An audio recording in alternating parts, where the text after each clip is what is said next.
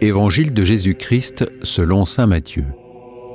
En ce temps-là, Jésus disait à ses disciples : « Ne pensez pas que je sois venu abolir la loi ou les prophètes. Je ne suis pas venu abolir, mais accomplir. Amen, je vous le dis. Avant que le ciel et la terre disparaissent, pas un seul iota, pas un seul trait ne disparaîtra de la loi jusqu'à ce que tout se réalise. Donc, celui qui rejettera un seul de ces plus petits commandements et qui enseignera aux hommes à faire ainsi, sera déclaré le plus petit dans le royaume des cieux. Mais celui qui les observera et les enseignera, celui-là sera déclaré grand dans le royaume des cieux. » Acclamons la parole de Dieu.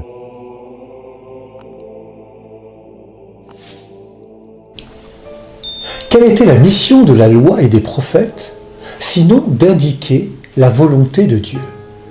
Celles et ceux qui avaient mission de l'élaborer, de la mettre en œuvre, de la commenter, de la faire respecter, étaient comme nous, extérieurs à cette loi. Jésus, quant à lui, n'est pas extérieur, puisqu'il est Dieu fait homme.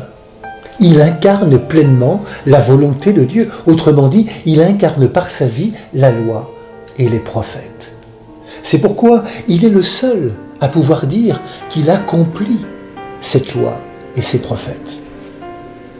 Ainsi, la loi, selon les évangiles, devient non plus une série de prescriptions et de commandements, mais une personne à suivre, Jésus-Christ. Nous sommes invités à devenir, à l'appel du Christ, des disciples, essayant d'être, comme lui, fidèles à la volonté de Dieu, son Père. Cette volonté se résume dans cette parole : aime Dieu et le prochain comme toi-même. Ainsi, la loi que Jésus accomplit doit changer nos cœurs. On peut respecter scrupuleusement des lois et des prescriptions sans aller jusqu'au bout de leur logique. On peut tout vivre de manière extérieure et endurcir nos cœurs. Ce que Jésus attend de nous, c'est que cette loi soit inscrite dans nos vies afin que ces vies traduisent dans nos paroles et nos actes l'amour dont Dieu nous aime. Il ne suffit pas de l'observer extérieurement, cette loi.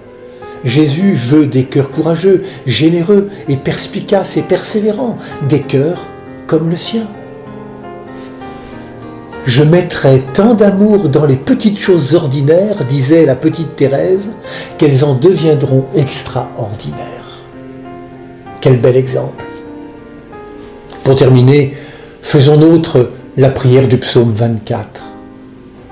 Seigneur, enseigne-moi tes voies, fais-moi connaître ta route, dirige-moi par ta vérité, enseigne-moi, car tu es le Dieu qui me sauve.